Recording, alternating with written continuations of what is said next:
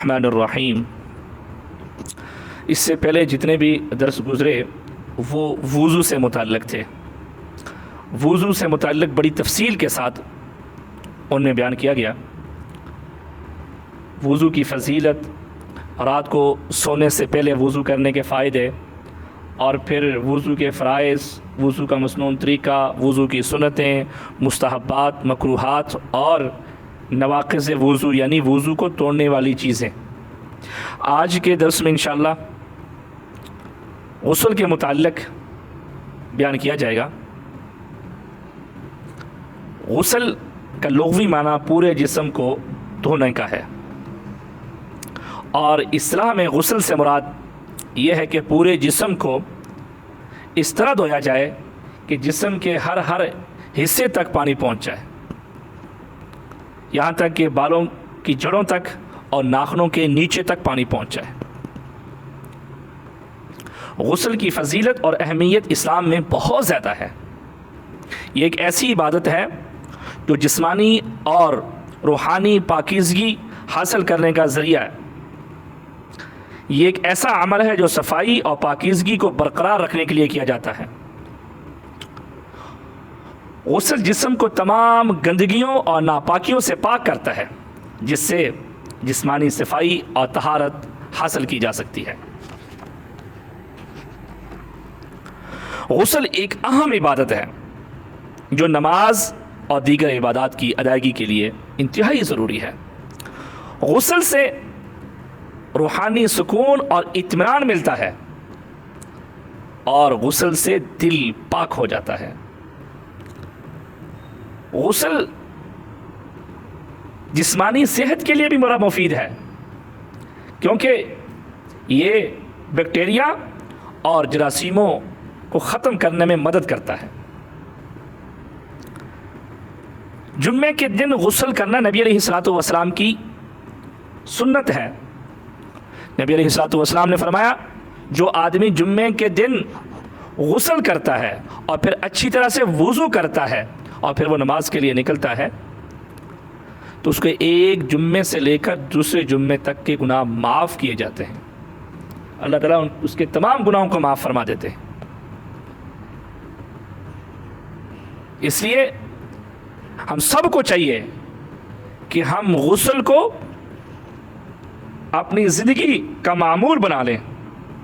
غسل ایک ایسا عمل ہے جو جسمانی اور روحانی دونوں طرح سے انسان کو پاکیزہ اور صاف ستھرا رکھتا ہے۔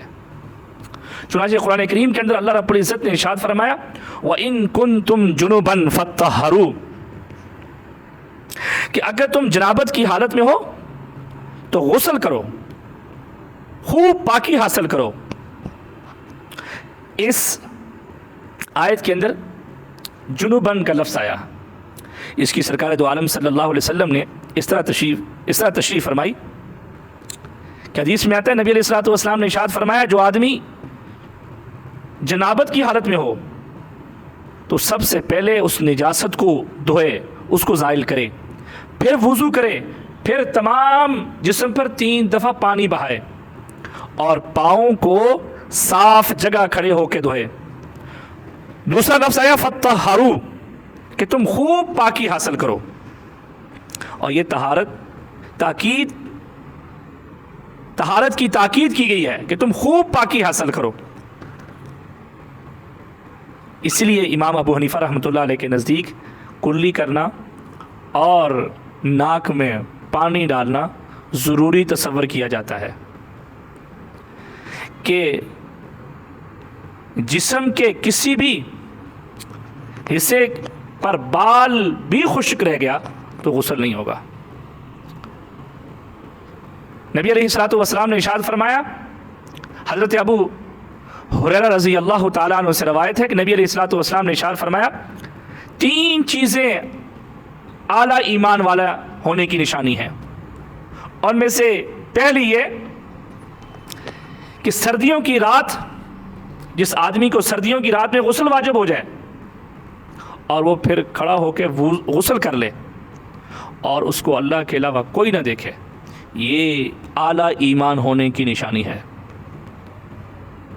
وہ غسل کسی بھی صورت واجب ہو سکتا ہے، میاں بیوی کے ملاپ کی وجہ سے یا احترام کی وجہ سے۔ سردیوں کی رات ہے، ٹھنڈی راتیں، اور اس میں وہ غسل کرتا ہے، تو وہ اس شخص کے بارے میں اللہ کے نبی نے فرمایا کہ یہ اعلیٰ ایمان والا ہے۔ دوسرا فرمایا کہ گرمی کے روزوں، جو آدمی گرمی کے روزے رکھتا ہے یہ بھی اعلیٰ ایمان ہونے کی نشانی ہے، یہ بھی اعلیٰ ایمان والا ہے۔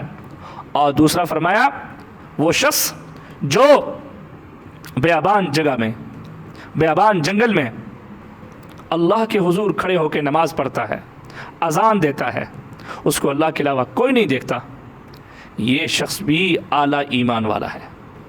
اس لیے میرے محترم دوستوں، بزرگوں، اللہ تعالیٰ سے دعا ہے کہ اللہ تعالیٰ ہمارے لیے عمل کی راہیں آسان فرمائے، اور باقی وضو سے، غسل سے متعلق انشاءاللہ کل کے درس میں غسل کے فرائض اور پھر غسل کن کن چیزوں سے واجب ہو جاتا ہے وہ بیان کیے جائیں گے۔ اللہم صلی علی محمد۔